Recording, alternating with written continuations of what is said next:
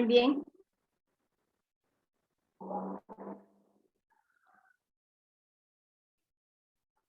Entonces vamos a proceder a compartir la pantalla con la presentación. Bueno, algunos de ustedes me han de conocer, otros no. Soy la doctora Carlota Palma, docente de la Cátedra de Pediatría 2 y también de la Cátedra de Nutrición para algunos. Ya tengo 41 años de docente. Soy pediatra. Hace poco tiempo renuncié al hospital porque creo que ya llega el momento en que los relevos deben ir llegando y formándose, ¿no? Y también la salida de nosotros debe ser progresiva. La primera parte es la parte de asistencial y dejar la parte docente para los últimos días que continuamos laborando. Entonces yo estoy realmente en franco periodo de prejubilación. Entonces, pero sí dejé para el final de mis actividades laborales la parte académica porque creo que de todo es lo que más me ha gustado hacer toda la vida. Entonces, para mí es un descanso hablar con los estudiantes, la parte administrativa, lo complementario no me gusta, pero la parte de compartir con los estudiantes, conversar con ellos, compartir clases, compartir investigaciones, tutorial tesis, eso sí me llena bastante. Y yo les agradezco que me den la oportunidad de continuar haciendo. Entonces vamos a empezar con una de las patologías más frecuentes en la infancia y la segunda causa de mortalidad en este grupo de edad. La diarrea, la enfermedad diarreica aguda o diarrea aguda en infancia, como ustedes le quieran poner. Entonces sabemos que es una enfermedad gastrointestinal que se caracteriza por tener un mayor número de evacuaciones en el día y una consistencia menor, debido a que el contenido de agua dentro de las evacuaciones o de las heces es mayor a lo normal. Generalmente va acompañada por algún otro síntoma como el vómito y la fiebre, dependiendo de la etiología, pero la mayoría se acompaña de vómito y fiebre. El número de evacuaciones durante el día van a depender tanto de la dieta del bebé como de la edad, recordando que el niño que se alimenta con leche materna tiene mayor frecuencia de evacuación y es menos frecuente que produzca diarrea, pero igual no está libre. Entonces puede producir diarreas de mayor volumen, de mayor frecuencia, no tanto el volumen por la protección intestinal que tiene. Generalmente la OMS considera que 3 o más deposiciones sueltas o líquidas y con una frecuencia mayor de lo habitual en un niño ya se considera diarrea, ¿no? Recordemos que en la diarrea lo más importante es la consistencia. O sea, si las heces están formes, están duras, están blandas, no es diarrea. O sea, el aumento del número de evacuaciones no se debe considerar como diarrea, sino la asociación de ambas. Aumento del número de evacuaciones y disminución de la consistencia. Tengo vecinos muy ruidosos, así que voy a cerrar mis ventanas porque me está llegando el ruido. Bueno. Y como les decía, en los bebés que están amamantados, que reciben leche materna, la consistencia suelta es normal, las heces son fluidas y desgregadas por los múltiples componentes que tiene la leche materna, ¿no? También podemos definir a la diarrea como un signo ya más cuantificable, como es el peso de las diarreas, un gasto fecal mayor de 30 gramos o 30 cc kilo día, se considera diarrea y de bastante gasto, así como aumento significativo del agua fecal que representa del 70 al 90% del contenido total de las heces, ¿no? Ya mencionamos que es un aumento del volumen, ¿no? Y disminución de la consistencia, es decir, las heces fluidas y aumenta el tránsito intestinal asociado a esta patología. No olvidar que la consistencia es más importante que la frecuencia. Bueno, ahora vamos a la clasificación de la diarrea. Hay múltiples clasificaciones y pueden ser según el tiempo de evolución, según la etiología, según las características y el mecanismo de producción que es el más importante, porque esa nos va a permitir definir la etiología y nos va a poder definir un tratamiento objetivo más orientado hacia la causa y a tener menos complicaciones futuras. Entonces, hablamos de diarrea aguda cuando el episodio dura entre 3 y 14 días, ¿no? Generalmente en promedio es una semana, de 5 a 7 días, ¿no? Hablamos de diarrea prolongada o persistente, la que dura más allá de 14 días, ¿no? Y todavía no tiene un diagnóstico preciso de la causa. Pero cuando ya tiene más de 30 días y el diagnóstico preciso, o por lo menos ya un diagnóstico concreto de diarrea crónica existe, ya se habla de este término, diarrea crónica, ¿no? Que no es tan frecuente en la infancia, pero sin embargo es un motivo de consulta importante. La diarrea prolongada o persistente puede tratarse de una diarrea aguda maltratada, ¿no? Pero cuando ya rebasa los 30 días definitivamente es crónica. Según la etiología, ya ustedes conocen las causas principales: viral, bacteriana, parasitaria y también la diarrea micótica, no hay que olvidarla, especialmente en estos tiempos donde el VIH-Sida también afecta con bastante frecuencia a la población infantil, ¿no? Y una de las enfermedades que se asocian a esta patología es la diarrea, especialmente en niños, que lo lleva a la caquexia. Entonces, esas diarreas son de etiología micótica, algunas de ellas, entonces es importante esta etiología. Y según las características clínicas de la diarrea, puede ser diarrea acuosa, diarrea mucosa, diarrea con sangre, con restos de alimento, que es la diarrea dientérica, o presencia de grasa, que es la esteatorrea. Entonces, las características también son importantes en definir en una diarrea. Y lo más, no tanto importante, sino lo más relevante en cuanto a conocimiento de ustedes para que puedan definir el tipo de diarrea, el uso adecuado de antibióticos, el estar prevenidos ante un evento grave asociado a la diarrea, como las complicaciones, es de acuerdo al mecanismo de producción. Ustedes pueden inferir que esta diarrea va a durar tantos días. Incluso es el éxito profesional, ¿no? Porque si usted le dice a la mamá, la diarrea va a durar entre 7 a 10 días, ¿no? Y lo acierta, la mamá necia se va a otra parte y el chico sigue con diarrea a los 10 días, 7 días ya la diarrea cede. Entonces, le va a dar la razón a usted, o le va a decir, le dice que esta diarrea no le va a durar más allá de 5 días, también acierta, entonces le va a dar bastante credibilidad ante los pacientes. No es importante saber identificar el tipo de diarrea para poderle dar una información adecuada a los pacientes. Entonces tenemos, según el mecanismo de producción, las diarreas inflamatorias, osmóticas, secretoras,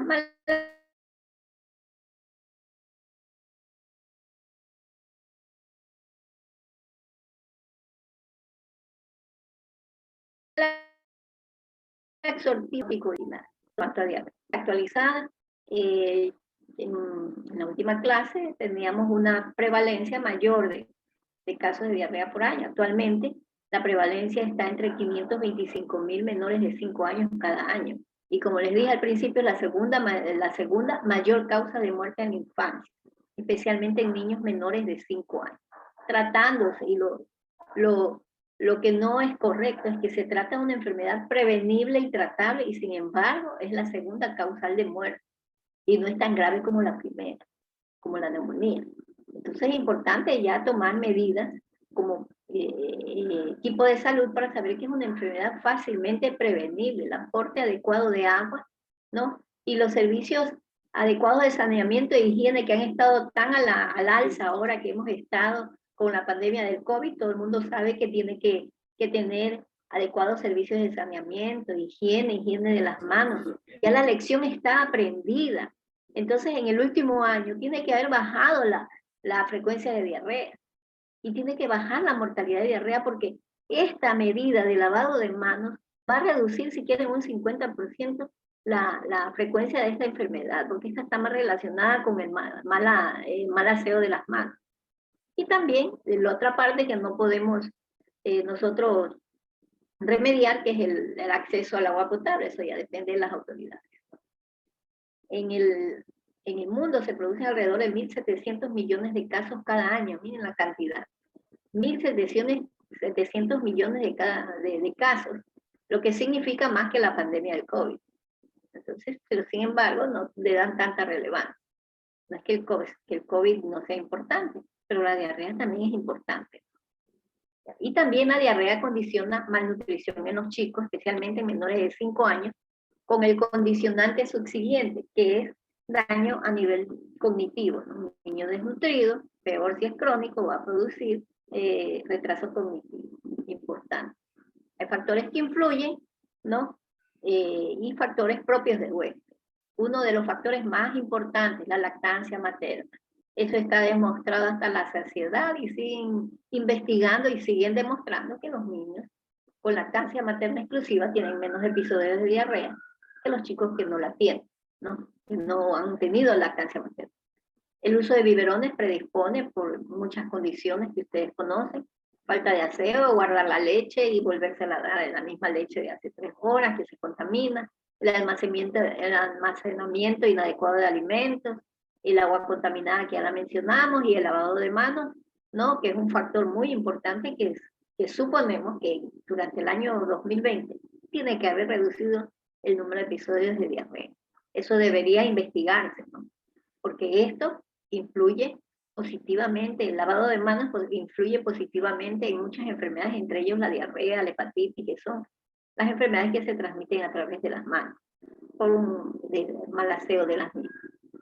Pero hay factores del huésped que predisponen, que lo hacen más vulnerable, como los desnutridos, un chico que no ha recibido las vacunas completas, especialmente las del rotavirus, o que tiene alguna enfermedad que causa inmunodeficiencia. Ya conocemos que el patógeno más importante es el rotavirus y se encuentra distribuido a nivel mundial de igual forma en países desarrollados y países pobres, ¿no? Pero ya vemos que a nivel de microorganismos de origen bacteriano hay una diferencia significativa entre los países desarrollados y los menos desarrollados. Aquí vemos que las bacterias, específicamente la Escherichia coli, tiene casi un 25% de frecuencia en los niños de países menos desarrollados que tienen diarrea. Lo contrario ocurre en los países desarrollados donde la frecuencia de bacterias en las S como causal de diarrea en el niño es menor. No es importante reconocer eso. El virus, el rotavirus sigue siendo, se mantienen con la misma frecuencia. Y sabemos que la etiología va a depender de procesos infecciosos, de intoxicaciones alimentarias, que muchas veces están relacionados con los procesos infecciosos, ciertos fármacos, alergias alimentarias, alguna deficiencia enzimática congénita o adquirida, o tóxicos, ¿no? Tóxicos ya, sustancias químicas que están incluidas en ciertos productos. Y en cuanto a los procesos infecciosos, el 80% son de origen viral, un 15% aproximadamente son las de origen bacteriano, y entre el 3 a un 5% están las parasitarias. Esa es la distribución global de la etiología de las diarreas.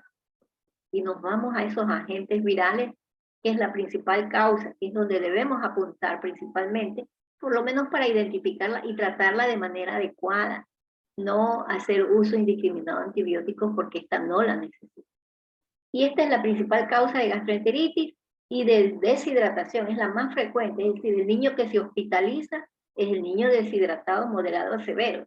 Entonces significa que la mayoría de los chicos, el 85% como vemos, de los chicos ingresados a nivel hospitalario, en los hospitales, tienen que ser de la diarrea de origen viral, porque es la que más deshidrata, ¿no? Por el volumen de las heces. Entonces, dentro de estos agentes virales, el rotavirus es el que prevalece, pero también están los adenovirus, paricivirus y astrovirus. Y el rotavirus es el más severo.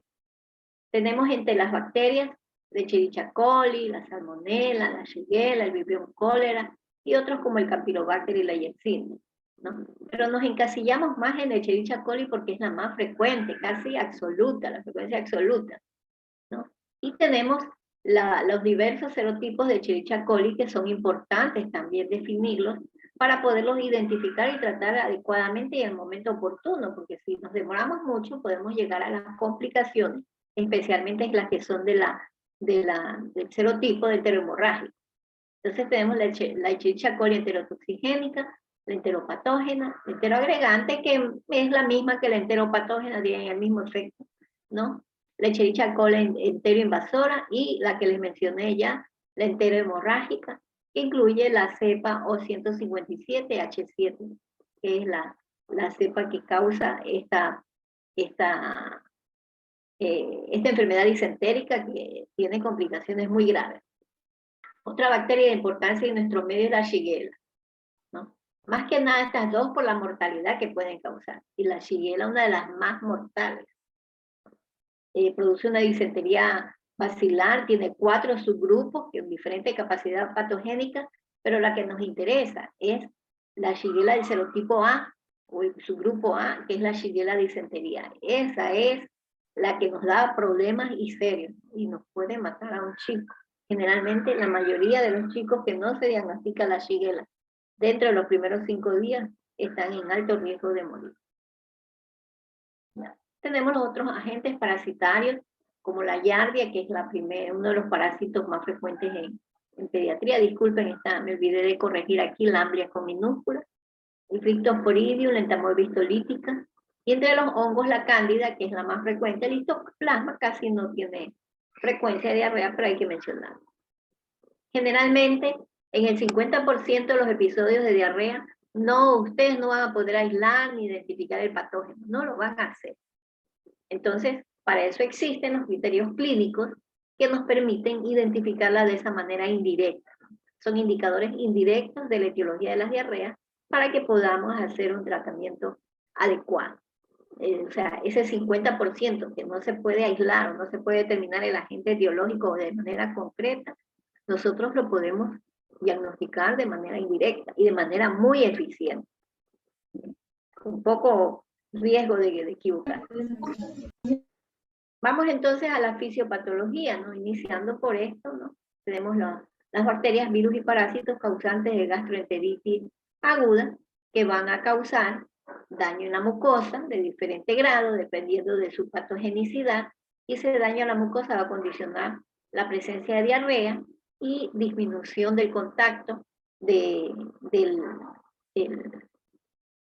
contenido intestinal con la pared intestinal, entonces va a disminuir la calidad de absorción con la pérdida de nutrimentos.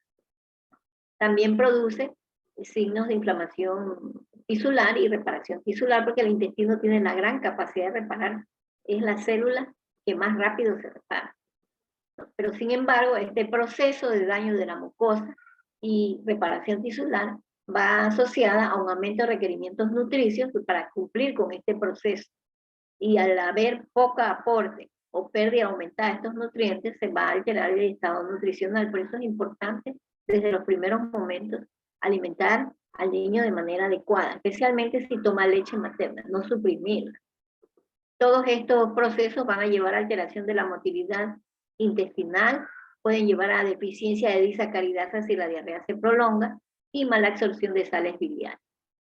Entre los signos y síntomas que van a presentar estos chicos está, lógicamente, la diarrea, acompañada de vómito, la febrícula, anorexia, ¿no? Y por lo tanto el chico va a ingerir menos cantidad de alimentos de lo que normalmente lo hacía, ¿no? Y esto va a conllevar a un daño a nivel de a una alteración de las placas de Peyer. Recuerden que en las criptas de las vellosidades intestinales están las células inmunológicas, el tejido inmunológico, el tejido linfoide. Es decir, el aparato inmunológico está conformado por el intestino prácticamente. El mayor tejido linfoide está en el intestino. Entonces, cualquier alteración a nivel intestinal va a causar alteración inmunológica y va a tener mayor sensibilidad o mayor vulnerabilidad para tener coinfecciones, ¿no? O infecciones oportunistas. Ya, entonces aquí tenemos los 4 mecanismos que ya mencionamos, ¿no? La diarrea osmótica, que es disminución de la absorción de nutrientes no digeridos. O sea, primero es la no digestión y luego, como no se digiere, no se absorbe. Entonces aumentan la osmolaridad del lumen intestinal y por lo tanto se convierte en una diarrea osmótica, ¿no? La diarrea inflamatoria, todas las bacterias van a producir una invasión a nivel del enterocito y pueden llegar hasta el endotelio y producir un proceso inflamatorio local, ¿no? Y profundo, en ocasiones profundo. Entonces son en los mecanismos inflamatorios las bacterias que ya se pegan a la mucosa intestinal y la invaden, ¿no? Todas las diarreas van a producir aumento de la motilidad, es decir, la diarrea motora va a estar presente en todas, ¿no? Porque hay aumento de la motilidad, pero a veces específicamente se altera la motilidad por alteración, que ya veremos, alteración, las diarreas por estrés, se altera el mecanismo de la motilidad porque el estrés, la producción de catecolamina, aumenta la motilidad intestinal. Y posteriormente hay el segundo mensajero que va a aumentar por segunda ocasión la motilidad intestinal y va a producir diarrea. Esa es la diarrea del estrés. ¿Ya? Y en cuarto lugar, la diarrea secretora, que es aumento de la secreción y disminución de la absorción por los mecanismos que ya veremos. Entonces, los 4 mecanismos son importantes para definir la diarrea, la etiología de la diarrea del chico. Entonces, vámonos por las diarreas osmóticas, y la principal causa de esa diarrea osmótica es el rotavirus. Es decir, si ustedes diagnostican una diarrea osmótica, está ante la presencia de un rotavirus sin temor a equivocarse. Entonces sabemos que el rotavirus tiene la capacidad de adherirse al borde en cepillo, ¿no? Al revestimiento epitelial del tracto gastrointestinal. Ese es el borde en cepillo.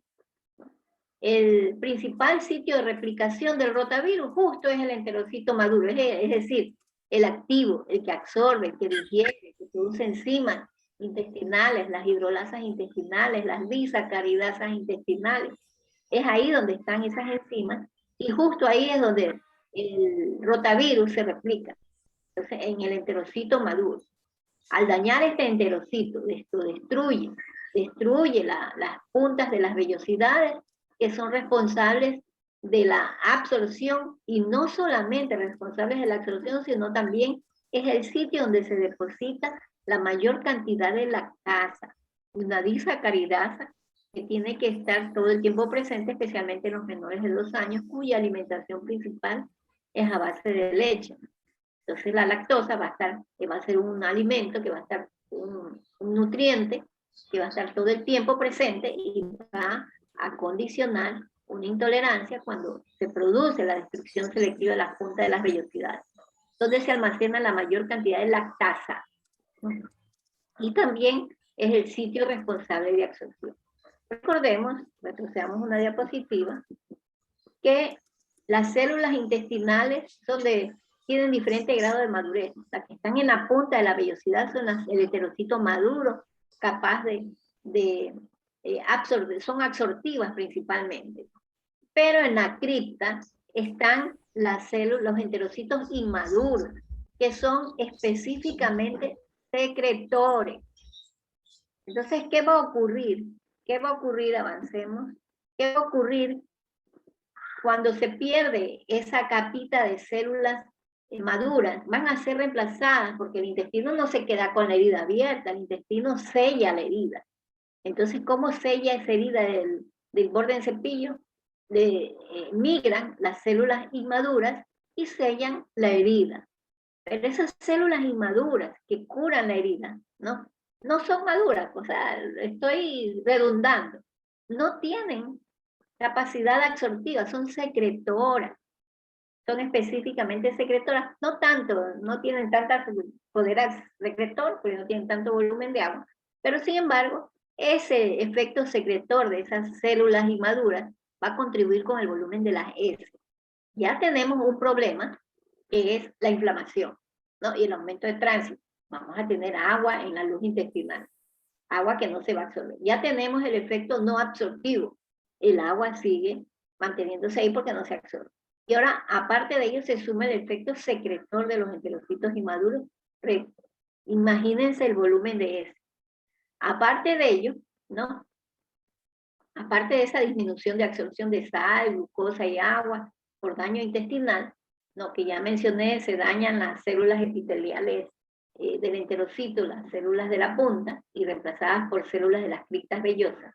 Aparte de ello, hay un sustrato que va a estar libre en la luz intestinal, que es la lactosa. Recordemos que mencioné que en la punta de la vellosidad se almacena la mayor cantidad de lactasa. Entonces, la lactasa tiene que desdoblar a la lactosa. Y si no tengo lactasa, la lactosa no se desdobla y se mantiene libre en la luz intestinal, estableciendo un efecto osmótico. Entonces, sumado todo eso, disminución de la absorción, aumento de la secreción y encima el efecto osmótico, el volumen de las diarreas por rotavirus es grandísimo, es muy grande. Entonces, es importante saberlo para que ustedes puedan transmitir a las madres que esas diarreas son muy voluminosas. Y se suman muchos otros síntomas que son causados por la presencia de lactosa en la luz intestinal. Dependiendo del grado de severidad de las lesiones, de lo que el efecto invasivo del rotavirus que tapiza la vellosidad intestinal, dependiendo de esa carga viral, es que van a durar los síntomas. No podemos decir que una diarrea por rotavirus dura 3 días, 5 días, 10 días, no sabemos, porque no sabemos la proporcionalidad del inóculo viral. Entonces es de acuerdo a la cantidad de virus que invadió ese intestino. Ya. Entonces, dentro de las células, ¿no? De las células está incluido el rotavirus, ya está infectado. Y el rotavirus, miren otro efecto más, el rotavirus tiene una glicoproteína no estructural, ¿no? El NSP4, que actúa como una enterotoxina viral, cuya capacidad es principalmente dirigida hacia el efecto secretor, ya que aumenta los niveles de calcio, ¿no? Activa los canales de cloro para el efecto secretor que ya conocemos por el cloro, el efecto secretor del cloro. Recordemos que se aíslan los canales de secreción del cloro y solo de absorción del cloro y solo tienen efecto secretor. Entonces el virus también tiene una especie, no es una enterotoxina. Se la menciona como enterotoxina viral, ¿no? Y eso aumenta el efecto secretor por el mismo virus, efecto secretor de la célula y efecto secretor del virus. ¿Ya? Entonces, sumado todos esos mecanismos, vamos a tener vómitos. El chico tiene distensión abdominal, ¿no? Y va a vomitar, que es uno de los primeros síntomas que se presenta, un vómito temprano, ¿no? Y después el vómito desaparece, pero continúa la diarrea, ¿no? La diarrea tiene el tiempo de duración no es totalmente definido. En promedio dura entre 4 a 5 días, pero puede durar tanto como 7 días o más, dependiendo del grado de severidad. Va a estar asociado a fiebre, dolor abdominal. No, generalmente el dolor, el vómito y la fiebre van a ser en los primeros 3 días, pero la diarrea va a persistir más tiempo. Y eso es indefinido, ya les dije, de promedio 4 a 5 días, pero no se queden con ese tiempo. La mayoría de los chicos en nuestro medio dura entre 7 a 10 días. ¿Qué hacemos? Un estudio del tiempo de duración de las diarreas por rotavirus. Vamos a ver que la mayoría duran de 7 a 10 días. Especialmente cuando no reciben leche materna. Las infecciones más severas se van a ver en las edades tan cortas como 3 meses hasta 24 meses de edad, ¿no? Por la pérdida abundante de líquidos, son más severas. Estos chicos pierden más líquidos porque ellos, el de 3 meses va a tener casi un 80% de composición de agua, el de 24 meses tiene un 70%. Entonces son muy pequeñitos, tienen mayor composición de agua, entonces tienen mayor pérdida. Recapitulando, la replicación viral va a tener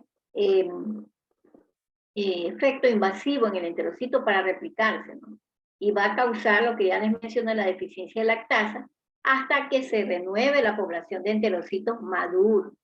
Recordemos que el tiempo de maduración de un enterocito es aproximadamente 72 horas hasta 5 días, ¿no? Generalmente 72 horas, pero generalmente el enterocito dañado hasta que madure va a demorar 5 días. Es decir, en el momento en que se inicia los síntomas de deficiencia transitoria de lactasa hasta que pueda ceder la diarrea van a pasar 5 días. Entonces, a partir de ahí es que ustedes pueden decir, bueno, 5 días más, pero usted puede tomar medidas que disminuyan ese efecto y lo que puede hacer es, en los chicos que toman fórmula y no toman leche materna, ¿no? Reducir un poco la cantidad de lactosa de la fórmula, diluirla un poco, ¿no? Y nada más. Y con eso logra que la diarrea dure menos tiempo, pero generalmente hay que contar 5 días a partir de que aparece la irritación perineal, sí, que es la principal manifestación de una diarrea con intolerancia a la lactosa. La mayor cantidad de lactosa libre en el lumen intestinal, como les decía, aumenta la osmolaridad y va a favorecer mayor excreción de agua y el colon va a tener mayor motilidad. Esta lactosa no digerida va a ser metabolizada por las bacterias, por los lactobacillus, y estos van a ser transformados en ácidos orgánicos, principalmente ácido láctico, como ocurre en el recién nacido, en el bebé con lactancia materna. Libera ácidos orgánicos, pero en cantidades muy altas. Entonces, esto va a causar evacuaciones abundantes, explosivas por la fermentación. Todo hidrato de carbono se fermenta y genera gas. Entonces, estas diarreas son explosivas y principalmente ácidas. Entonces, el chico va a quemar su región perianal, entonces va a tener eritema perianal. Es un chico con diarrea acuosa, abundante, que tuvo inicialmente vómito, febrícula, se distiende, tiene muchos gases y tiene eritema perianal. Lo más probable es que se trate de una diarrea osmótica, ¿no? Causada por rotavirus. Esas son las características. Y cuando hacíamos las prácticas hospitalarias, los chicos iban a buscar diarrea cuando los ponía de cacería y ellos decían, doctor, este es por rotavirus. Porque ellos ya miraban la nalguita del bebé y ya con el eritema perianal ellos ya estaban más que seguros que era una diarrea por rotavirus. Y realmente es un elemento diagnóstico muy útil.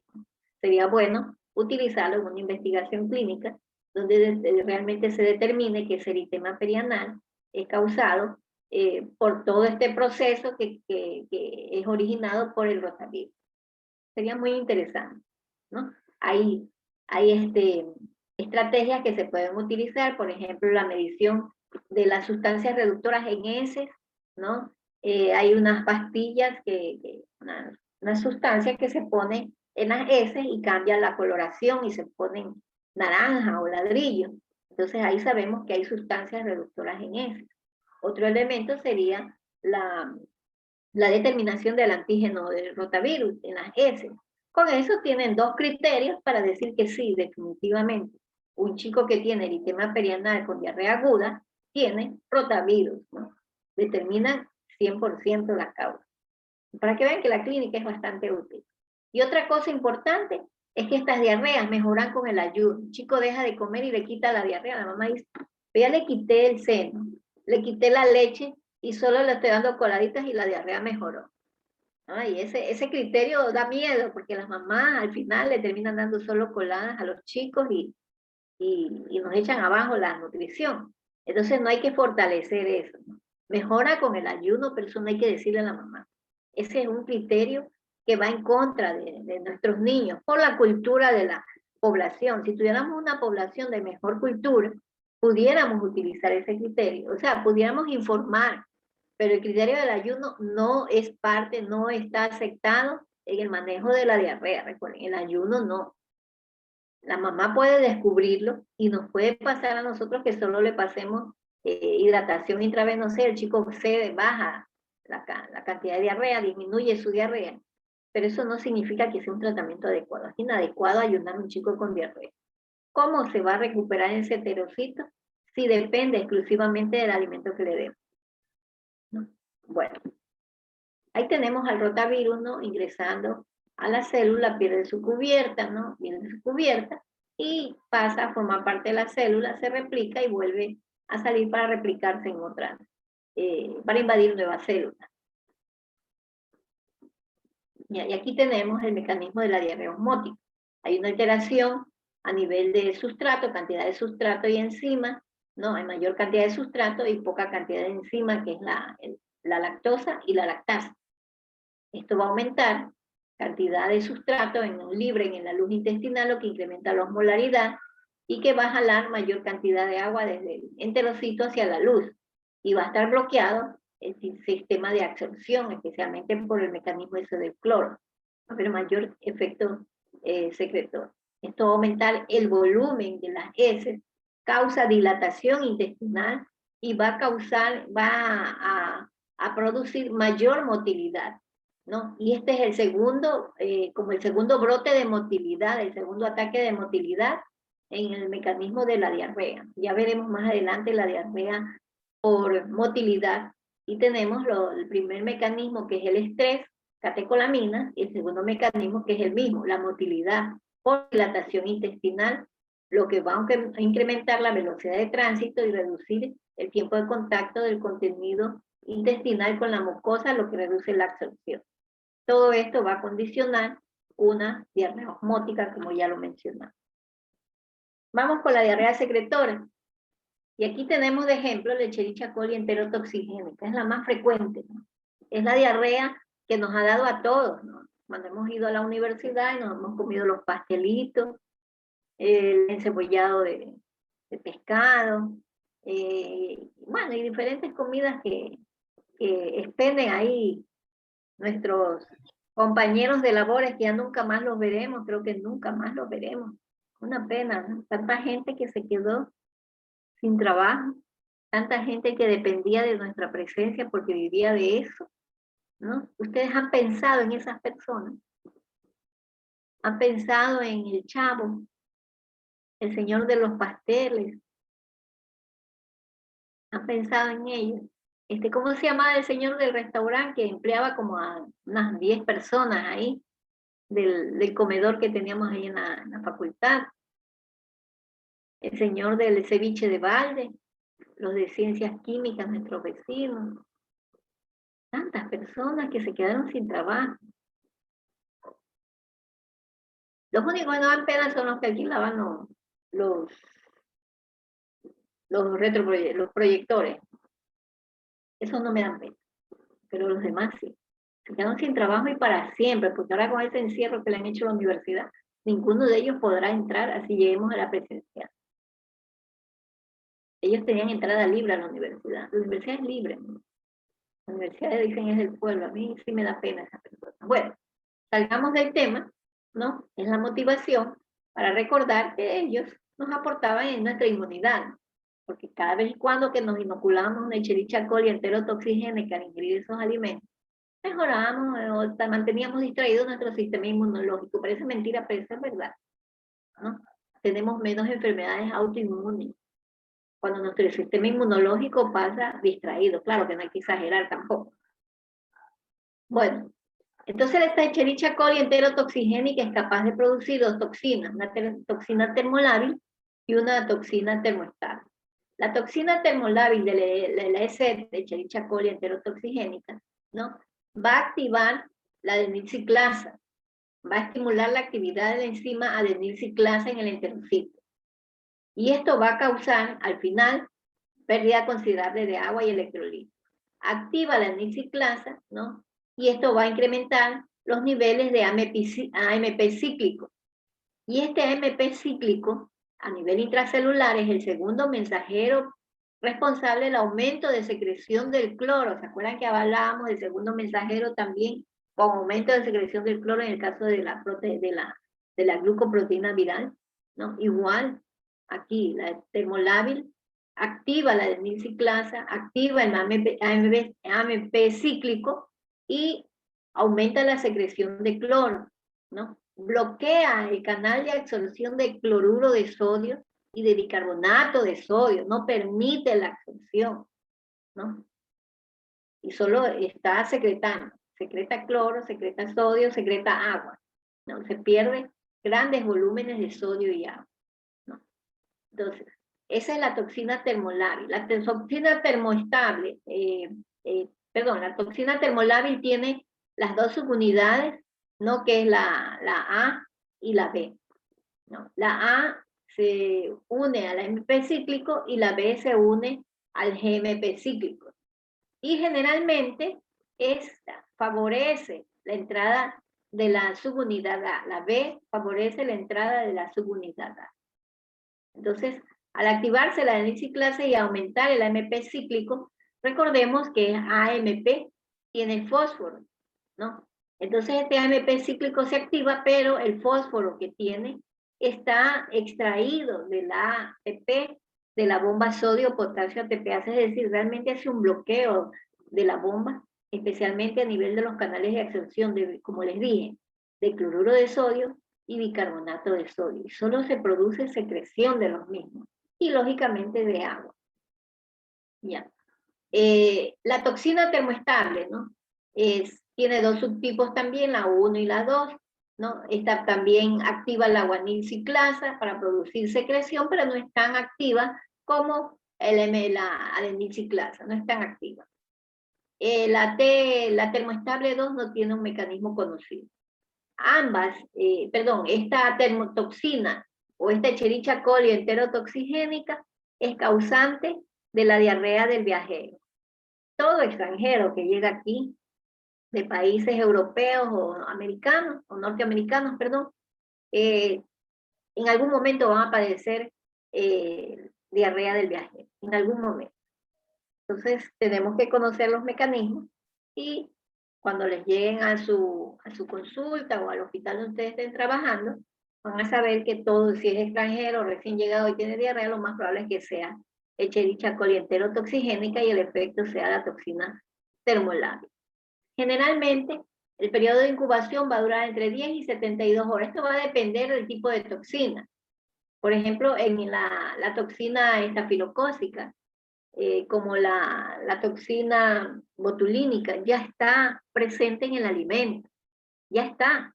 En el momento en que usted se lo come y tiene una toxina estafilocócica, ya va la cantidad de toxina a generar en pocas horas, ¿no? Máximo 10 horas, ya está generando el problema. Algunos duran 3 horas, 4 horas y ya está generando el problema, ¿no?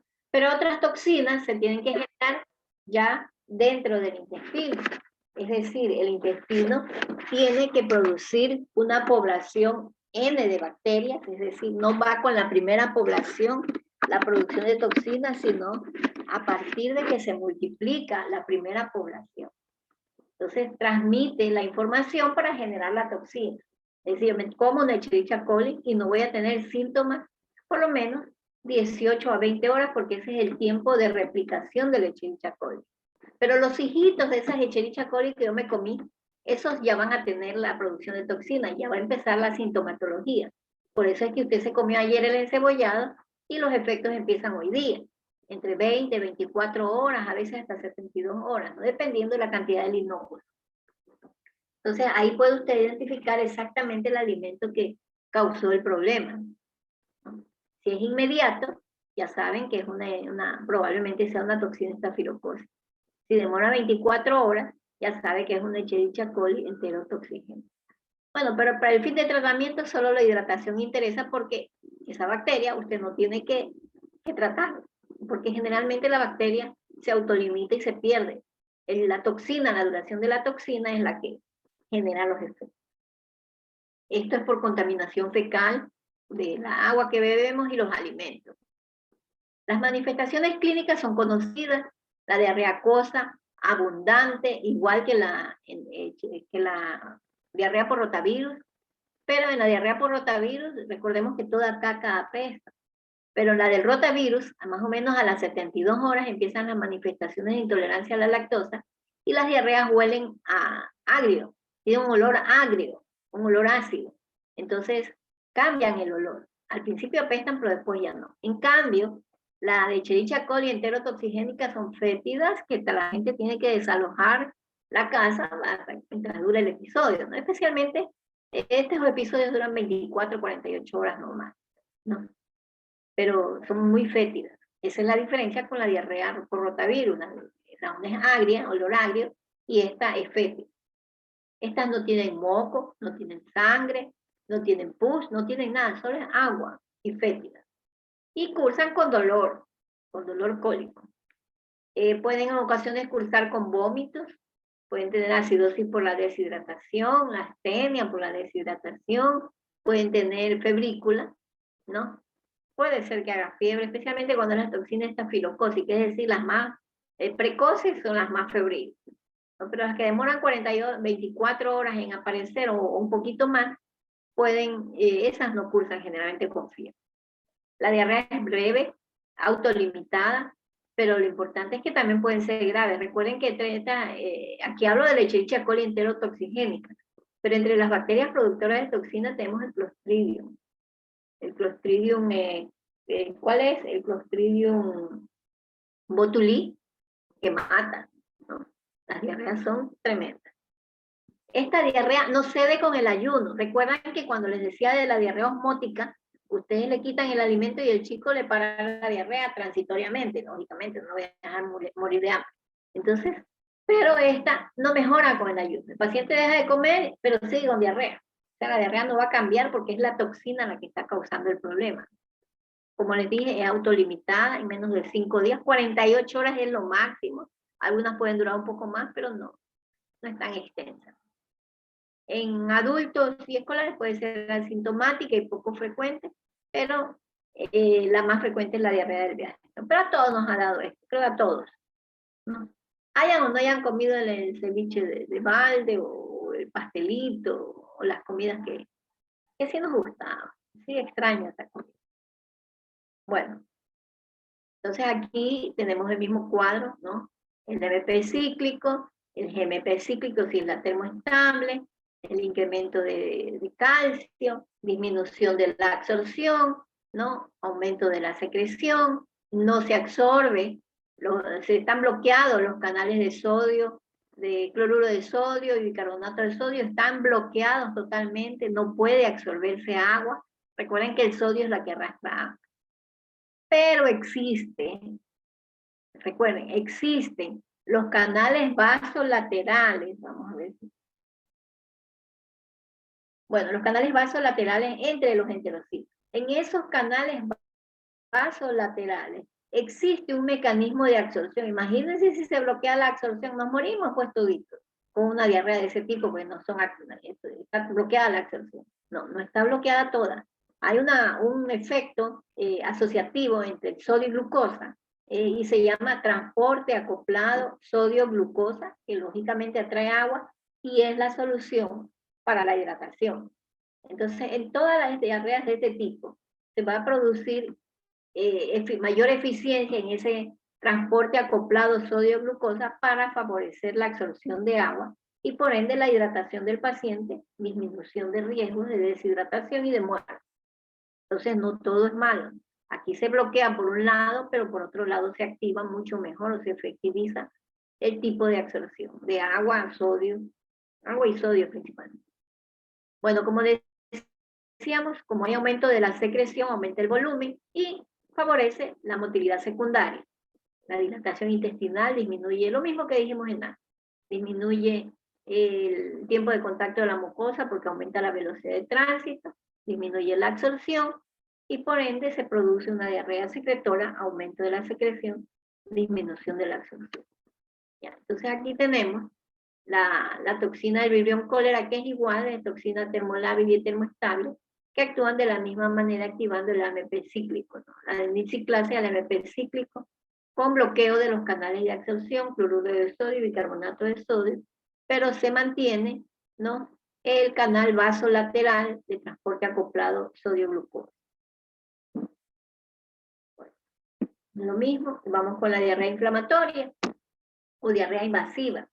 Esta ya habla de bacterias, ¿no? Bacterias que producen daño directo en la mucosa intestinal. Recordemos que la enterotoxina no produce daño, no entra en contacto la bacteria con la mucosa intestinal.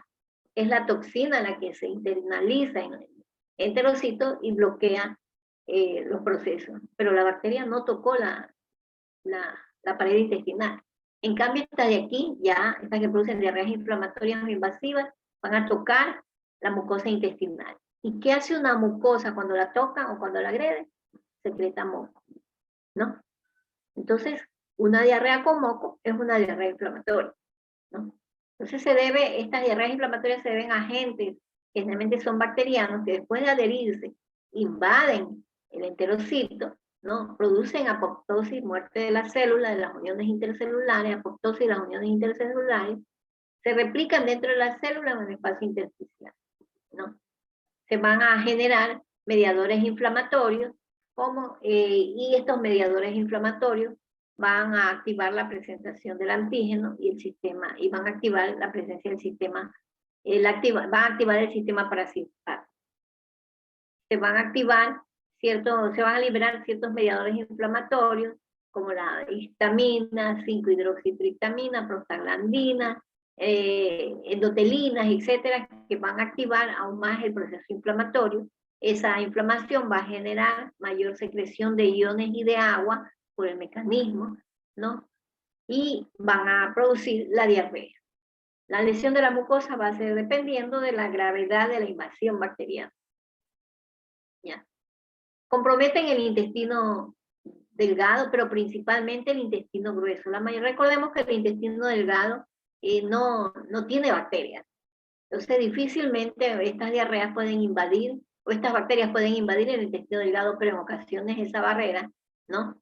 La válvula ileocecal puede ser transgredida y pasar estas bacterias a comprometer el intestino delgado. Pero principalmente comprometen el grueso, con destrucción de la mucosa colónica.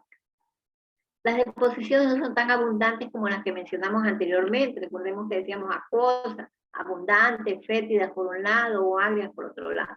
Estas en cambio son escasas, tienen disminución de la consistencia, pero tienen moco, tienen cualquier sustancia contenida, pueden ser disentéricas o pueden presentar pus. Puede haber sangre oculta positiva. En estas diarreas inflamatorias, obligatoriamente en la citología fecal vamos a encontrar leucocitos. Recuerden que en las heces no hay leucocitos, pero ya en el momento en que ustedes encuentran una citología fecal positiva para leucocitos, estamos hablando de una diarrea inflamatoria, que es causada por los diferentes tipos de bacterias. ¿Cuáles son?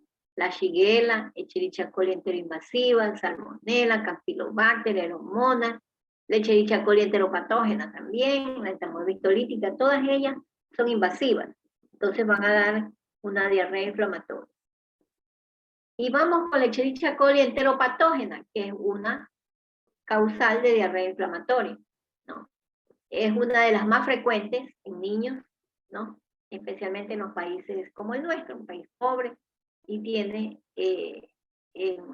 la tasa, aquí hablo de elevada tasa de morbilidad y mortalidad, me refiero a los países pobres, no a la diarrea por esa no tiene mayor connotación de gravedad, ¿no? La característica histopatológica es la lesión de adherencia y eliminación.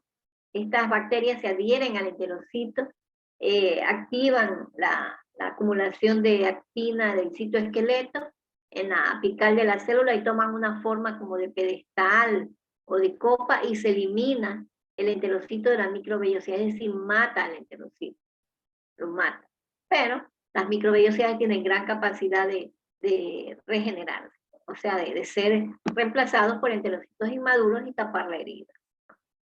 Esta diarrea se ha vinculado con destrucción de la microvellosidad del enterocito y por este daño inflamatorio que se produce, la salida de agua y de iones hacia la luz intestinal, y por eso se produce la diarrea. Y puede haber en algún momento secreción de alguna enterotoxina, pero eso no está determinado. El periodo de incubación es corto, así mismo como la enterotoxigénica, entre 3 a 24 horas. Es muy corto. Y la diarrea es acuosa, ¿no? Pero no es tan abundante, es poco abundante, y puede cursar con vómito y invocación de fiebre por el efecto inflamatorio que produce. Lo más importante de la Escherichia coli enteropatógena es la presencia de moco en las heces, ¿no? Puede haber dolor abdominal y si hacen una citología van a encontrar polimorfo nuclear, ¿no? Y los grados de gravedad son diversos, pero no llega a efectos muy graves, porque lo más importante en el niño es la deshidratación. El efecto más importante de la diarrea es la deshidratación. En este caso, la deshidratación no es tan marcada.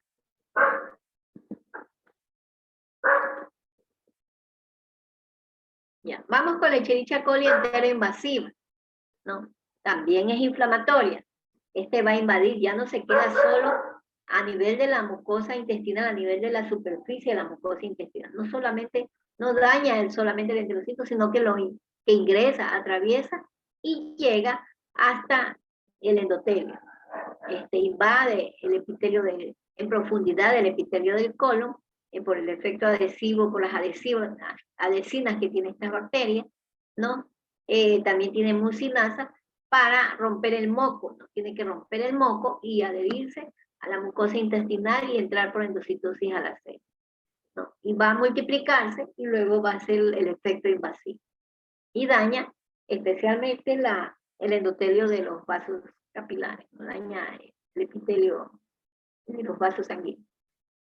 ¿Cuáles son los síntomas de la Escherichia coli enteroinvasiva? La diarrea acuosa con sangre. Esta ya tiene sangre, recuerden que daña el capilar. Entonces va a haber la presencia de sangre. La Escherichia coli enteroinvasiva cursa con disentería.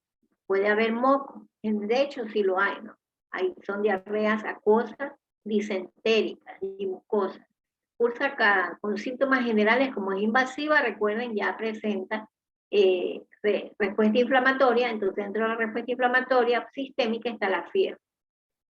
A nivel local va a haber vómitos, dolor tipo cólico, puede haber tenesmo por el efecto de la misma bacteria, y deterioro del estado general. Puede haber deterioro, manifestaciones de deterioro del estado general, pero no llega a la sepsis, no llega. El chico sí se nota deteriorado. En desnutridos, en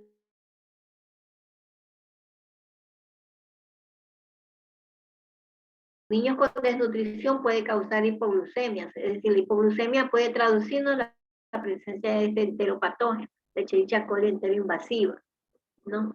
Estas cepas de brotes que con casos aislados, o sea, hay un niño, generalmente la transmisión es de persona a persona, es el patógeno más frecuente entonces en mayores de 6 años, de 6 meses, perdón, porque antes de los 6 meses el chico tomó leche, tomó pecho, pero a partir del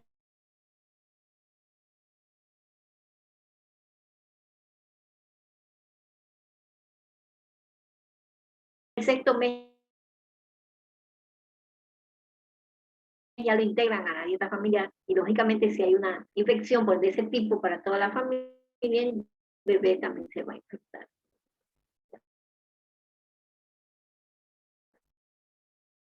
La Escherichia coli enterohemorrágica es la otra cepa de las de colitis. Ya, cuadros de colitis hemorrágica, y la causa es una Escherichia coli enterohemorrágica, pero ingresada a través de la ingesta de carne cruda o carne semicocida, ¿no? Cuando pedimos un término medio en esos filetazos que nos comemos, puede ir una Escherichia coli enterohemorrágica.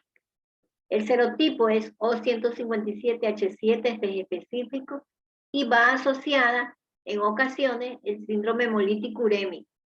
El temor de la Escherichia coli enterohemorrágica es la presencia del síndrome hemolítico urémico, ¿no? Es el temor que siempre tenemos cuando se detecta esta bacteria, esta cepa.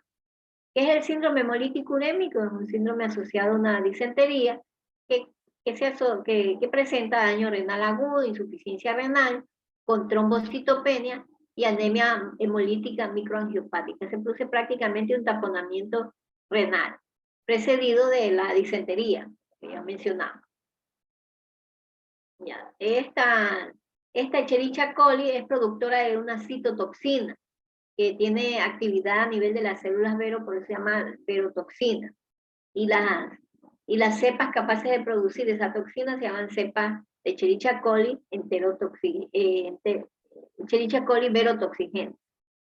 Esta citotoxina se neutraliza con la antitoxina de la Shigella disenteriae, es decir, que son similares a la estructura de la toxina de la Shigella, por eso se llama Shigella toxina. Esta citotoxina de la Escherichia coli enterohemorrágica, recuerden, es estructuralmente parecida o similar a la Shigella, la toxina de la Shigella, porque la antitoxina de la Shigella neutraliza la acción de la citotoxina de la Escherichia coli enterohemorrágica. Esa capacidad de la toxina para desarrollar la colitis hemorrágica es lo más importante.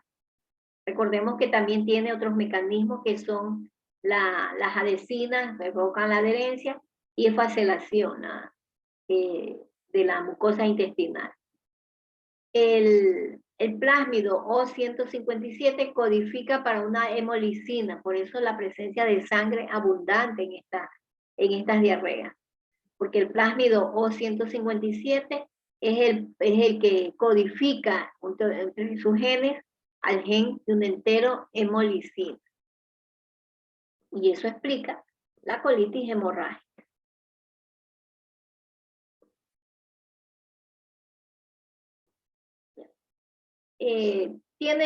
Hay serotipos, hay dos serotipos de esta Escherichia coli enterohemorrágica, la O157 que produce síndrome hemolítico urémico y colitis hemorrágica, también puede producir perforación, y las cepas no O157, que es la más frecuente. Entonces, la Escherichia coli enterohemorrágica no solamente es esta cepa, es la otra cepa la más frecuente. Esta Escherichia coli se encuentra principalmente en las vacas, en el intestino de las vacas. Entonces, cuando compren los chinchulines que vienen en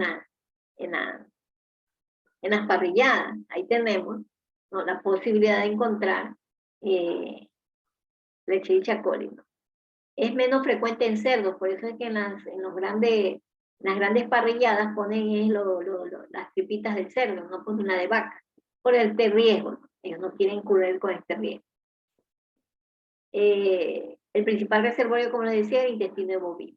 También puede estar en frutas, en vegetales que riegan con aguas de acequias donde las heces de las vacas están alimentando esas acequias.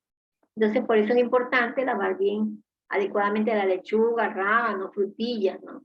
Y también los productos industrializados pueden contener la bacteria, pero es muy poco frecuente. Recordemos que la transmisión se hace por ingerir la carne cruda o mal cocida, y también puede ser que la leche se contamine, aunque no es muy frecuente. Pero en el texto que consulté, hablaban que la leche no pasteurizada también es una fuente de contaminación de Escherichia coli enterohemorrágica. También se habla de la mosca doméstica y puede causar brotes o casos aislados. Muchas veces no se puede definir la fuente. Recordemos que esto ha sido brotes en Atlanta, que murieron 120 personas. Es muy mortal esta bacteria. El periodo de incubación puede durar un día hasta 8 días. Hubieron brotes en Atlanta, como les decía, otro brote hubo en Alemania, que le echaron la culpa a los pepinos españoles, otro brote hubo en España. Entonces, en Estados Unidos fue por un helado de vainilla, que cuando hicieron el estudio epidemiológico del caso cero, encontraron que el helado de vainilla era el causal el que estaba contaminado.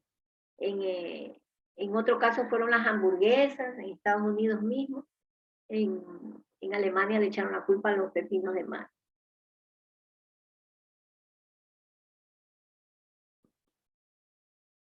Ya. La clínica de la Escherichia coli enterohemorrágica es diarrea, al principio sin sangre. Casi todas las diarreas disentéricas al principio son sin sangre. En este caso tiene como sin vómito, ¿no?, dolor abdominal y fiebre. Después de unos 2 días ya aparece la diarrea sanguinolenta, la disentería, ¿no? Y ahora sí se identifica mayor dolor abdominal. La duración puede ser de entre 4 a 10 días y lo más llamativo son las heces sanguinolentas. Puede curarse sola, ¿no?, o curarse con el tratamiento, pero puede llegar hasta el síndrome hemolítico urémico y eso no lo cambia con el tratamiento. Es una lotería.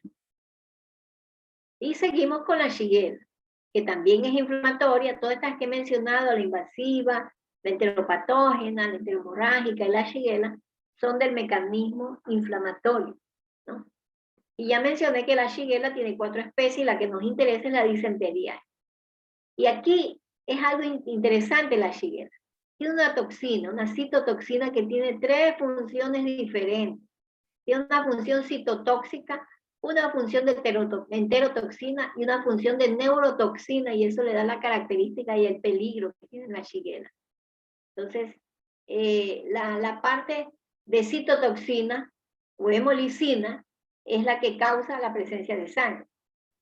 La función de la toxina como enterotoxina, ¿no?, activa la adenilatoxiclasa, el mecanismo de la adenilciclasa, MP cíclico y diarrea secretora. es decir, va a ser volumen de heces. Esta tiene la característica de ser disentérica y abundante. Y aparte, tiene una función neurotóxica que deprime el sistema nervioso central. El chico tiene depresión del sensorio y la característica más importante es la somnolencia. Entonces, y aquí es donde viene la experticia diagnóstica.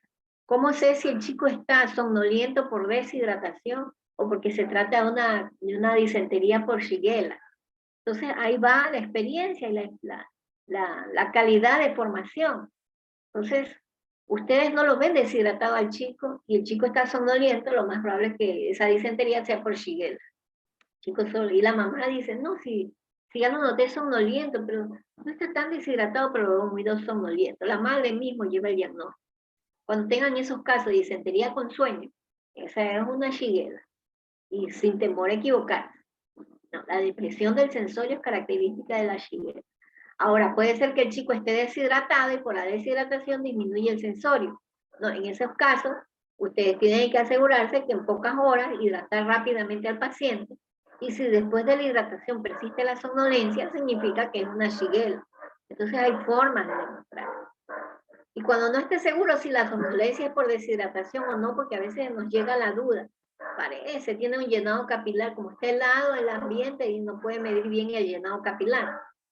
Pero lo que tiene que hacer es meterle el dedo en la boca, pero no el suyo, el dedo del paciente. Lo pone en la lengua y mira si el dedo sale mojado. Si el dedo sale seco, el chico está deshidratado. Entonces hay muchos mecanismos para poder determinar si esta somnolencia, esta depresión del sistema nervioso central es por deshidratación o por efecto de la toxina de la Shigella. Recuerden que tiene 3 efectos: citotóxica o hemolicina, enterotóxica o el mecanismo de la adenilato ciclasa, o neurotóxica por depresión del sistema nervioso central. ¿No? Las deposiciones son mucosas, en ocasiones escasas, en ocasiones abundantes por el efecto enterotoxina, ¿no? Tiene leucocitos, tiene eritrocitos, con dolor abdominal, fiebre alta, pueden presentar convulsiones, especialmente en los lactantes, va a haber presencia de convulsión. Y producen destrucción de la superficie mucosa del colon. Pueden llevar a producir úlceras. Y esas úlceras pueden llevar a la, ¿qué cosa? A la perforación. Es decir, estas pueden llevar a la perforación, también al síndrome hemolítico urémico. Ya. Los primeros síntomas son la fiebre y calambres abdominales, luego las heces acuosas, voluminosas, por el efecto de la enterotoxina.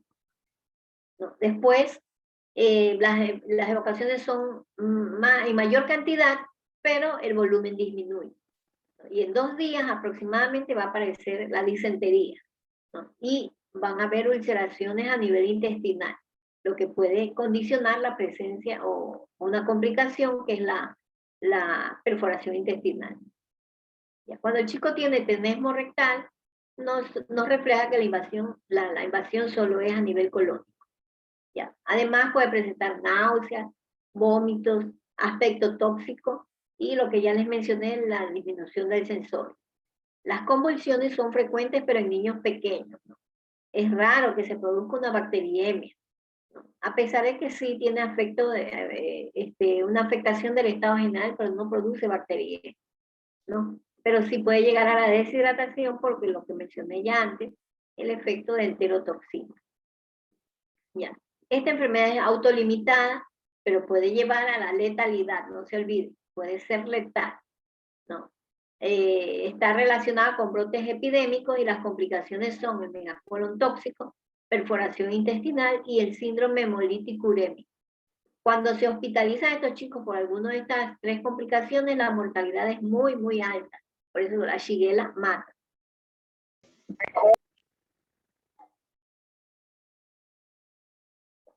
Ya. Aquí tenemos el efecto de la Shigella con sus 3 toxinas. Sigamos adelante porque creo que ya estoy con el tiempo. No me dijeron el tiempo. Chicos, no me han dicho el tiempo. Pero ya tenemos 1 hora. Bueno. No, era mínimo, no. Ya. La diarrea por alteración de la motilidad, que es el último mecanismo fisiopatogénico, ¿no? Se puede presentar en caso de aumento de la contractilidad muscular, el síndrome de intestino irritable, ¿no? Automáticamente en los chicos por cualquier estrés, ¿no? Les condiciona aumento de la contractibilidad intestinal, el colon irritable, ¿no? También puede ser que una alteración de la motilidad sea disminución de esta motilidad del peristaltismo con los pacientes hipotiroideos. ¿Ya? Esta alteración de la motilidad va a condicionar sobre el crecimiento bacteriano, que posteriormente puede ocasionar diarrea cuando primariamente en la motilidad, ¿no? Recordemos que es el estrés el que desencadena la primera motilidad, el péptido inhibidor vasoactivo y la sustancia P, que producen el aumento de la motilidad primaria. Este es el primer gatillador de la motilidad, ¿no? Va a reducir la absorción de agua y electrolitos. Esto va a condicionar mayor volumen a nivel de la luz intestinal, lo que causa dilatación intestinal y estimula la motilidad secundaria. Y sigue con el resto del proceso que ya mencionamos. La velocidad de tránsito intestinal aumenta, disminuye el tiempo de contacto de contenido con la mucosa para favorecer la absorción. Entonces, al disminuir el contacto, lo que hace es disminuir la absorción, y este es el mecanismo de la diarrea motora. Bueno, les voy a poner un ejercicio, pero realmente creo que no hay tiempo. Y una vez que ya hemos visto la clasificación de la diarrea por el tiempo, la etiología y por el mecanismo, creo que estamos listos para hacer un manejo integrativo. El tiempo, no olvidar diarrea aguda, diarrea persistente o crónica. La etiología, bacteriana, viral, parasitaria. Y el mecanismo, inflamatorias, osmóticas, secretoras y de alteración de la motilidad. Aunque todas tienen alteración de la motilidad, ¿no? Pero igual hay que enfocar por qué se produce la motilidad primaria y aumento de la motilidad secundaria. Entonces, bueno, recordemos que la diarrea tiene como complicación la deshidratación y ciertos signos de alarma que hay que reconocer y que los padres deben reconocer, como la distensión abdominal, fiebre muy elevada es un signo de alarma, debe hospitalizarse un chico con diarrea y fiebre muy elevada, la presencia de convulsiones, si presenta moco o sangre, es decir, signos inflamatorios, la presencia de vómitos persistentes y cuando las deposiciones son tan abundantes que es imposible hidratarlos por vía oral. Entonces, lo más importante para efectuar el diagnóstico es valorar si existe o no deshidratación y el grado de deshidratación, ¿ya? Y se valora a través de la historia clínica y la exploración física. Los exámenes de laboratorio al inicio no son necesarios, no son indispensables. Claro que ayudan a un manejo más eficaz en los casos de desequilibrio hidroelectrolítico, la presencia de acidosis, pero inicialmente no es indispensable que esté presente un examen porque usted inicie el manejo de estos chicos, ¿no? Entonces, investigar el inicio, cómo se inició, el antecedente de ingesta de alimentos, la frecuencia, cantidad, características, tanto de los vómitos como la diarrea. Recuerden las sustancias agregadas como moco, sangre, pus, ya, cuánto ha ingerido, cuánto orina, qué síntomas asociados tiene y patologías subyacentes que ha tenido el bebé. También no olvidar la ingesta de alimentos en mal estado o alimentos de dudosa preparación. También cuando están haciendo la lactación y se introducen varios alimentos a la vez, hay que identificar el alimento que pudo ocasionar el problema. El ambiente, investigar el ambiente epidémico familiar, si hay otros enfermos con la misma patología, o familiares o personas cercanas al bebé, como en las guarderías. ¿Ya? Una vez que hemos determinado en la historia clínica todo lo que corresponde al interrogatorio, pasamos al examen físico para determinar el peso corporal, y si tenemos una historia del peso anterior, podemos determinar que hubo no pérdida de peso. Hay que determinar la temperatura, todos los signos vitales. Valorar el estado general, ese es el ojo clínico del médico. Usted debe pararse y observar a su paciente. Darle unos 3 minutos, observarlo, mirarlo cómo se comporta, mirar a la mamá, ¿no? Y definir cuál es el estado general. Entonces, y hacer la letanía. Estamos ante un paciente de sexo masculino que descansa, de cúbito, como sea, o en brazos de su madre. La actitud, bueno, ya está la actitud, No hay biotipo de corpóreo en los niños, es la conformación armónica, una fasis dolorosa, de pronto está con cólico, y llama la atención. Hay algo que le va a llamar más la atención que otra cosa. En este caso puede ser los signos de deshidratación, afectación del estado general o lo que usted quiera, usted le parezca, pero es su percepción de qué es lo más grave que está ocurriendo con ese chico. Hay que valorar el estado de hidratación obligatoriamente, los globos oculares, el tono, la presencia de lágrimas, el estado de hidratación a través de las mucosas y el llenado capilar. Ya. Otras pruebas complementarias de la medición de la diuresis. Recuerden que la uresis no es para medir, el examen de orina no es para ver si tiene o no infección urinaria, sino para ver cómo está la densidad. Es lo más útil que nos da la orina. Entonces eso va a ser un confirmatorio del grado de deshidratación. O también para el control de la hidratación. Si va bien, tiene que disminuir la densidad urinaria. Otros datos de laboratorio van a estar los electrolitos y parámetros de función renal, porque ese es el órgano que se afecta por la deshidratación. Ya. También hay que medir los electrolitos inicialmente si es que optamos por la rehidratación intravenosa para poder hacer la reposición adecuada. También se puede pedir ya más adelante el coprocultivo, la muestra de coprocultivo, citología fecal, determinación de antígenos virales en las heces, especialmente cuando los coprocultivos, cuando la diarrea es mucosanguinolenta, y el de antígenos virales en las heces cuando el chico tenga ingreso hospitalario. O sea, en todo niño que aparentemente es una diarrea viral, ¿no?, ingresa al hospital, tiene que hacerse la determinación de antígenos virales. En la presencia de inmunodeficiencia también los cultivos, y en la presencia de diarrea prolongada también los cultivos. El tratamiento es de rehidratación, no vamos a tratar sobre hidratación, el tema de la diarrea, pero igual había que complementar con el tratamiento que es la rehidratación, el plan ABC, que ustedes ya lo conocen, con la solución de rehidratación oral A y B, la C con intravenosa, ¿no? Recordemos que las sales de rehidratación oral se absorben muy eficientemente a través, si está el mecanismo secretor actuando, tenemos el transporte acoplado sodio-glucosa, y se reponen el agua y los electrolitos con mucha eficiencia. En segundo lugar, el complemento de zinc, no olvidar, el complemento de zinc reduce un 25% la duración de episodios de diarrea. Es decir, si duraba 10 días, le va a durar ahora 8 o 7 días. Si le iba a durar 7 días, usted con el tratamiento le va a recortar a 5 días, ¿no? Y también reducen el volumen de las heces en un 30%. Miren los efectos del zinc, son espectaculares. ¿Y cuál es la dosis? 10 miligramos en menores de 6 meses, ¿no? Y 20 miligramos en los niños mayores de esa edad hasta los 5 años. Y el tiempo de administración es entre 10 a 14 días. ¿Por qué? Porque favorece la maduración del enterocito. Entonces, por eso se disminuye el tiempo de duración de los episodios de diarrea, ¿no? Estimula la hormona de crecimiento, y la hormona de crecimiento es la que tiene el factor de crecimiento celular. Ya. Otra parte del tratamiento, en caso de que no se pueda la hidratación oral, pasa a la hidratación intravenosa. En el caso específicamente de deshidratación severa o choque, cuando está contraindicada la hidratación oral. Y el otro punto es los alimentos ricos en nutrientes, incluida la leche materna.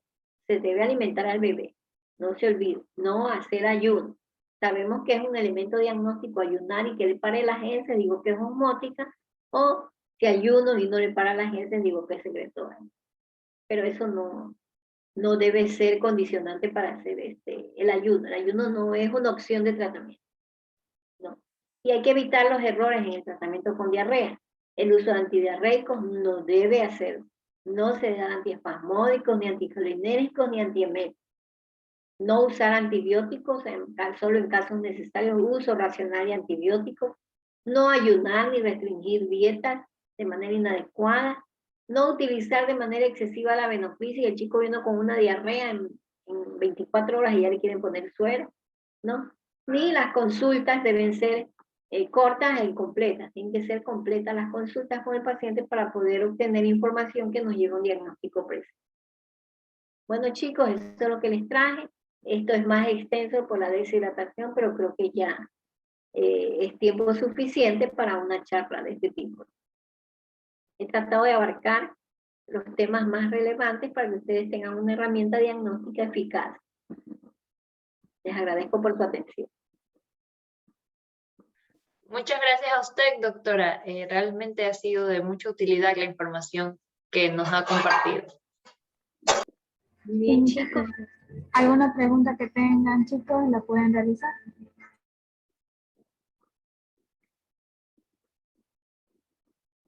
Pueden encender el micrófono y hacer la pregunta.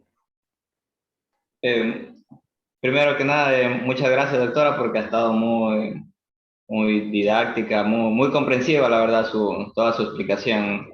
Y se ha podido ver las diferentes clasificaciones y sobre todo la clínica también ha sido interesante. Solo tengo una duda en cuanto a la diarrea osmótica.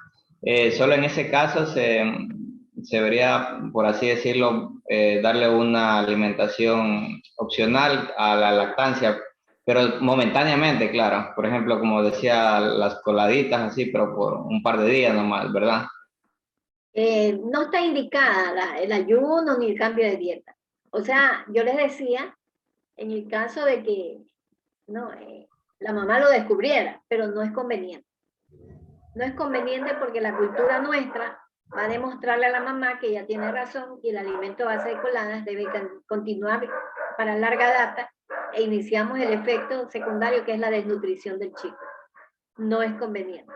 No, lo máximo que podemos hacer es diluir algo la leche o no hacer nada. También hay fórmulas bajas en lactosa o libres de lactosa que podría ser una opción, pero no cambiarle la leche. O sea, en lo personal, lo único que yo hacía era reducirle las medidas de leche. 24, 48 horas, hasta eso ya esperaba que el enterocito estuviera y antes de irse ya le daba su fórmula completa en los casos en que había fórmula, pero en los casos en que tomaba leche materna no se le restringía el pecho. No es una medida adecuada. O sea, se descubrió eso, pero eso no hay que usarlo. Ni mencionarle a la mamá. Si lo descubre, bueno, pero tratar de no mencionarlo. Ya, entonces en el caso de pecho, decirle que reduzca la frecuencia con que le da, ¿verdad? De pronto eso porque el chico también deja de comer, ¿no? Le da algo de anorexia por la misma proceso infeccioso. Pero me olvidaba de algo, entre las diarreas parasitarias, la yardiasis también puede ser capaz de producir una diarrea osmótica por el mismo efecto, sino que el efecto es en macro, ¿no? Porque la yardia es grande, 8 micras. Entonces, produce interferencia con las enzimas digestivas. Entonces puede producir el mismo efecto. Listo, doctora, gracias. Muy bien.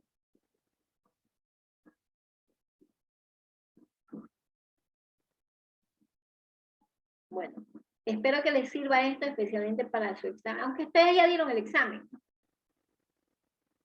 No, ustedes van recién al internado, ¿no? Sí, doctora. Ustedes van recién al internado. Ay, enfrentarse.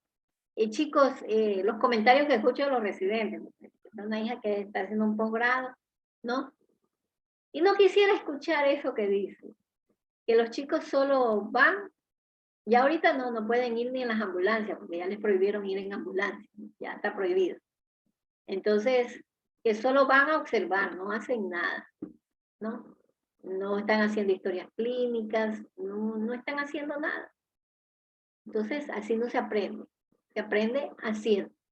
Entonces, si los profesionales de los hospitales no los involucran, ustedes involucren, ustedes háganse indispensables, ustedes son inteligentes para hacer eso, porque ustedes son los interesados en aprender, y la única forma de aprender es haciendo. Puede saberse todo el texto de Nelson, y todos los textos que usted quiera, pero en el momento en que toca al paciente es cuando realmente va a aprender. Por eso, medicina sin práctica no existe. Yo estoy presentando un proyecto de clases híbridas para pasar a las prácticas. De alguna manera, porque ustedes tienen que tocar pacientes, ver pacientes, verle la nalguita irritada al bebé, oler las heces agrias. ¿Cómo van a oler un aliento cetóxico en los chicos con cetoacidosis o un aliento a manzana en los chicos con acidosis metabólica de otro tipo? O sea, eso es solo en la práctica. ¿Cómo van a determinar una dificultad respiratoria muy leve encontrar el sitio cero de donde se inicia el proceso, porque a veces solo lo van a ver en ese sitio, ¿no? Y saben que el chico tiene dificultad respiratoria, el que no sabe observar ese sitio, el punto costilla que yo les digo, el punto costilla. No, cuando ya descubre que el chico tiene dificultad respiratoria, está desaturando o tiene ya dificultad respiratoria moderada severa. Pero es un sitio donde usted precisamente va, observa y lo encuentra que ese chico tiene distrés respiratorio, antes que baje la saturación. Y eso es solo la práctica. Entonces, realmente, ya que no la tuvieron en 10º semestre, en 9º semestre, ustedes no permitan que los hagan a un lado. No permitan, eso depende de ustedes. Involúcrense con los pacientes. Solo se aprende tocando, viendo al paciente. Solo ahí van a aprender. Después les tocará la rural y ahí van a estar solos. Ahora por lo menos están acompañados de un médico. Entonces no permiten que los hagan a un lado, no permitan. ¿Por qué está ocurriendo eso? Porque los posgrados que están en los hospitales son de las universidades privadas. Entonces involucran solo a los estudiantes de las universidades privadas, ¿no? Ustedes van a tener residentes de la Católica, de la UES. Cuando tengamos nuestros propios residentes de la Universidad de Guayaquil, entonces ahí sí los involucrarán a ustedes. Pero no permitan, ustedes son inteligentes. Eso es lo que está ocurriendo. Entonces, si ustedes ven, van a tener compartido el internado con las otras universidades, van a ver un trato es para ustedes y otro trato es para las otras universidades, porque los posgrados son de esas universidades. Entonces, ese criterio tiene que cambiar. Así que, chicos, ustedes pueden. Gracias, doctora. Y superamos este proceso de la pandemia. Hemos logrado salir adelante, estamos ustedes llegando al internado a pesar de todas las dificultades que tenemos. No es justo que en el internado, donde ustedes ya por fin van a ver un paciente, por fin van a ver una mamá de un paciente, hablo de pediatría. Entonces, no es correcto que ustedes permitan que los hagan a un lado, no. Ustedes tomen, no se peleen con nadie, simplemente tomen el protagonismo, demuestren que saben, o demuestren las ganas de aprender. Cuando un estudiante está atrás de un residente o un médico tratante, interesándose por el paciente, haciendo seguimiento al paciente y preguntando por cosas que no conoce, entonces ahí sí lo toman en cuenta. O sea, no es la universidad, es la persona, realmente es la persona. Que chicos tienen todas las neuronas completas, pónganlas a trabajar. Bueno, creo que hemos concluido. Le agradecemos nuevamente, doctora, por habernos acompañado y por esta maravillosa conferencia. No le escuché. Le agradecemos nuevamente por habernos acompañado en este día de conferencias y por la maravillosa ponencia. Muchas gracias, chicos, por invitarme.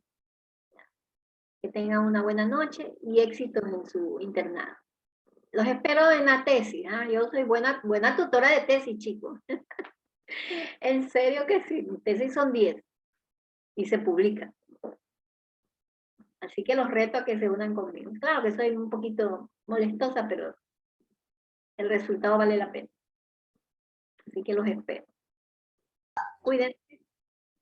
Gracias, doctora. Doctora, una pregunta. Usted que es tutora de tesis, ¿podemos incluso ir desde ahora a la universidad para hablar con usted o cómo nos podríamos comunicar con usted?